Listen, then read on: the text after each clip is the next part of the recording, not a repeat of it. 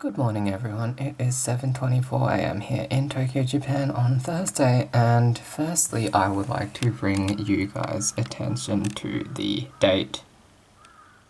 Da-ga-da-ga-da. It's the one and only Mt Fuji. Anyway, today we're going to head over to Kawaguchiko, and if you've been to Japan before you may know this as the most well-known place to view Mt Fuji, so we're going to head over there. It's going to take us about 2.5 hours on a train and cost like 2,000 yen each way, but we're going to head over there. Anyway, our train is in 15 minutes or so we have to head out the door like right now.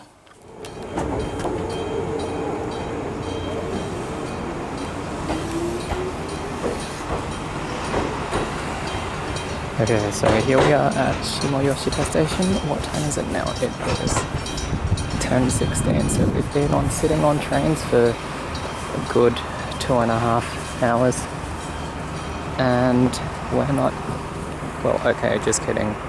We can see the mountain, but we're here to go up there for one of the stereotypical Google image shots of Japan. You see that pagoda with the cherry trees, so that's where we're going first, and then we will head over to Kawaguchiko Lake to view Mt Fuji. You can see already there's tons of people there, so let's head up there. There's a ridiculously big bottleneck there, so I'm just gonna keep filming stuff. So the next train is at 11:11 and then there's 11:51, so we have a good hour or something. Yeah, we have either 1 hour or 1 hour and like 40 minutes to spend here. So we're gonna try and find a convenience store to see if there's a hat or sunscreen, because I forgot both today.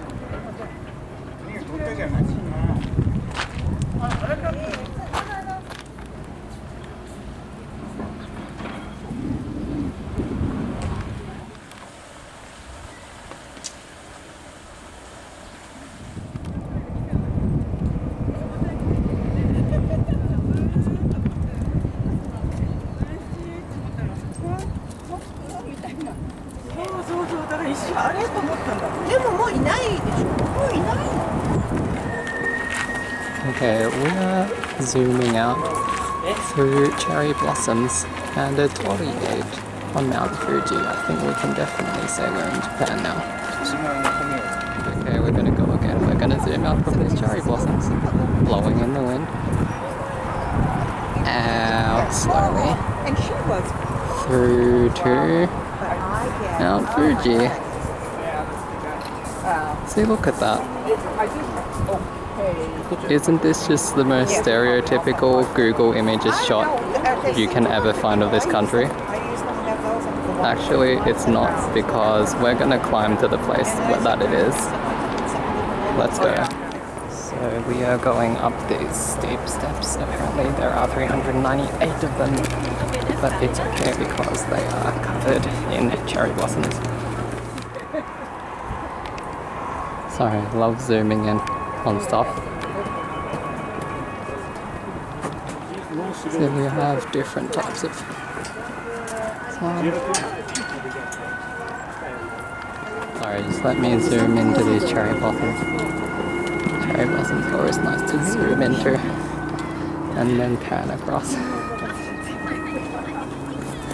At this certain spot we have tons of people taking photos, so I guess we're going to join in the bandwagon. That hillside completely covered. Actually, I will zoom in a bit. Look at that hillside. Completely covered in cherry blossoms. And we have a bit of climbing to do still. So let's get that finished. And this place has free Wi-Fi, so you can Snapchat, Instagram, Facebook your photos to your heart's desire. This pagoda, which I forgot the name of. Okay, let me give it a better pan and zoom than that. This pagoda, which I forgot the name of. has free Wi-Fi. What would you do if that was actually like the Wi-Fi beam thing? The pagoda itself emits the Wi-Fi. That would be great. That would be actual, like, typical Japan. Even though Japan hasn't actually implemented free Wi-Fi in that many places, they're just doing it heaps now in preparation for the 2020 Olympics. Because I think a lot of people in Japan just used mobile data before, and they didn't really have a need for Wi-Fi in public places, unlike in like Western countries. But now they're installing it everywhere, specifically for tourists, and specifically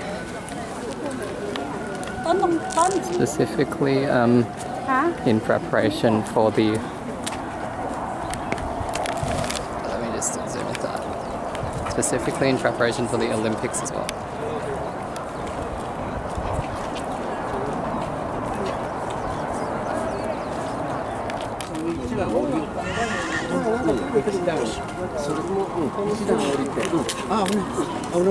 Okay, I'm gonna give you guys one last commentated zoom out of this pagoda. And then now we're going to head up, and I'm gonna play the music until we get back to the station.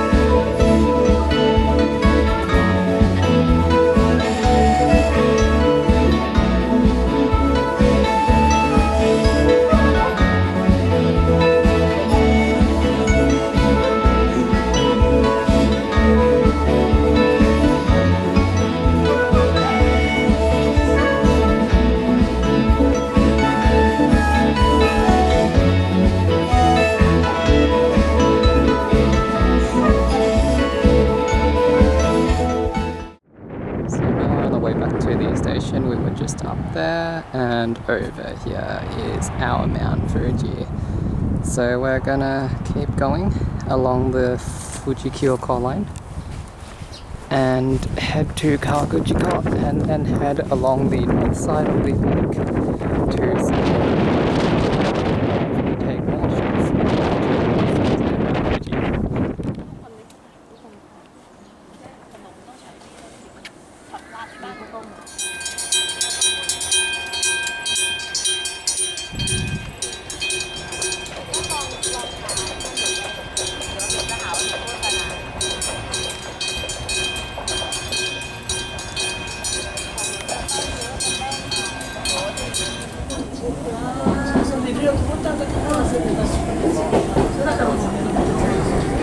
At Kawaguchiko station.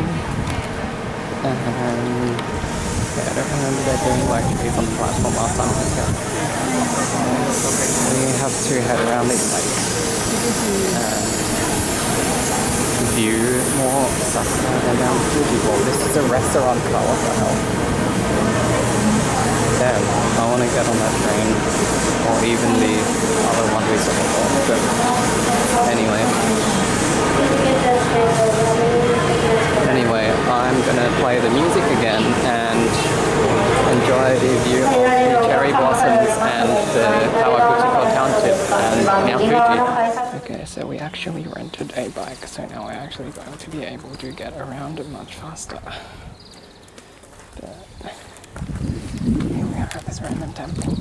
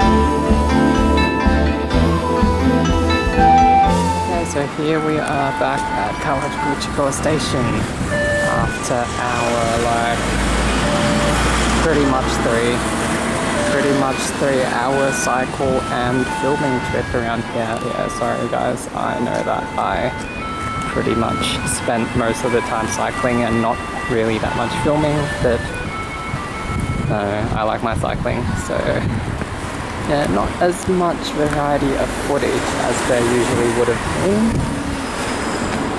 but anyway, now it's time to head back because it's 3 o'clock. Our train comes at 3:25 and we want to be home by like 6 because we still have to do homework, and it does take a whole 3 hours to get back, so that's why we're leaving this early. Anyway, thanks again for tuning in. If I have any more to film, I'll just turn on the music again after this and see you guys in the next video, even though it won't really be the next video because this video will be coming out way after one that I film on Sunday. So by the time you guys see this, you'll already know what I did this Sunday, even though it's Thursday. So thanks guys for watching. One last zoom into Mt Fuji, and see you next time. Today we went from here, we went from like over here somewhere. First that pagoda, then we were here, then we went around over through to about here, we went around to here, then about there, then back around this way, and that was back here, and that took about 2 hours and 50 minutes. Also, one thing I want to point out is that place, when I hired the bike, they took a photocopy of my gaijin card, but they also actually took like the actual gaijin card. I'm not sure if that's actually supposed to happen, because that means I didn't have my residence card for the time that I had the bike, and I'm pretty sure I'm supposed to have my residence card for the entire time. So I don't know, I'm not sure if that's supposed to happen. It felt like it's not supposed to happen, but it happened. But at least now I have my residence card back, so it's fine. Now it's time to get on this ridiculously crowded train and go around. Thanks.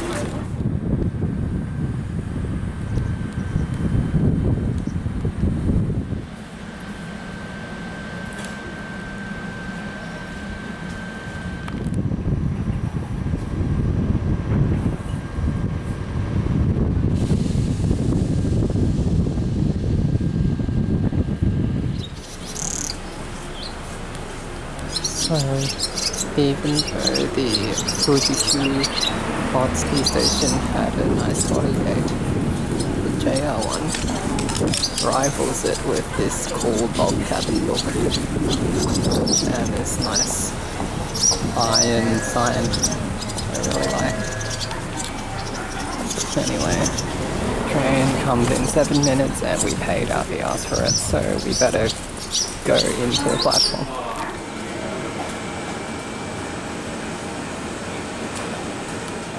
Is the limited express services, and we're going to be on the 1645 Kaiji back to Shinjuku, and look how much it costs. That's like 35 Australian dollars just one way.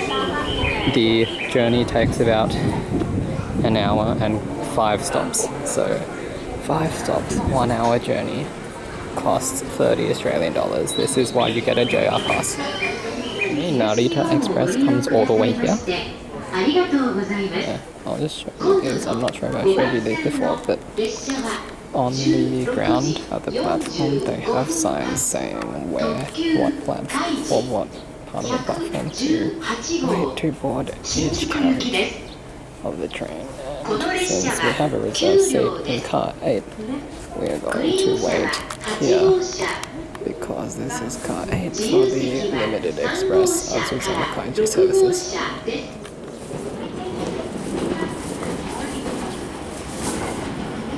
And here we go, E257 series. First time on one of these. Or at least I think it's my first time on one of these.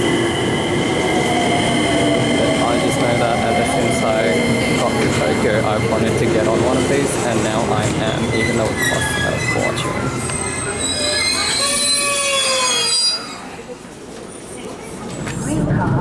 Maps told me it would cost about 4,400 and the trip on the Fuji Kuko Railway cost about 1,100 and this cost 27, so that's still normal.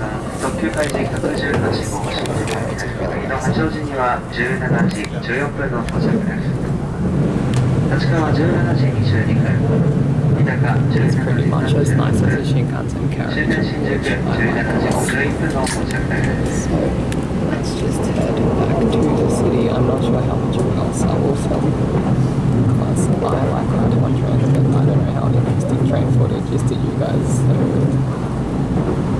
even has like the shop magazines, man. This is so fancy. This is actually such a fancy train. You can actually buy all of this stuff on it. It's like a plane. There's even food menu.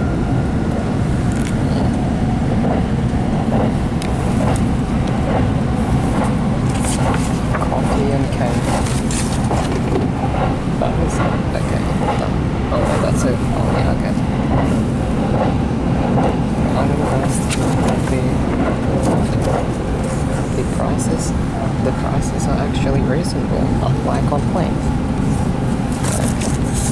That's a reasonable price for a coffee and cake. That's reasonable. Anyway, we've got this view, so I'm going to show you guys, and then I am really going to end the video. Look at that with that. Okay, I have to declare, Chuo line is my favorite line, even though I've only done Tokaido line and Chuo line.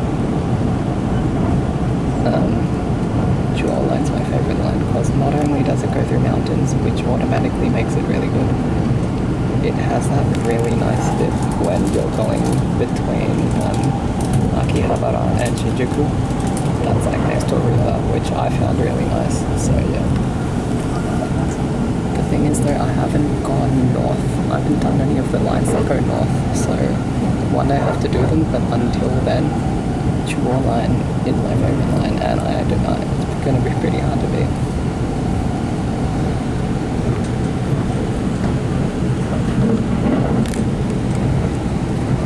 Here we are inside the toilet of the train. When I went on long distance trains, I always used to go to the toilet and take a picture, so I guess I'm just continuing this tradition. Pretty really spacious too. Just like that, with one toilet visit, we are back in suburban Tokyo, which means the scenery is no longer interesting. So now, we'll really see you in the next video. Thanks for watching.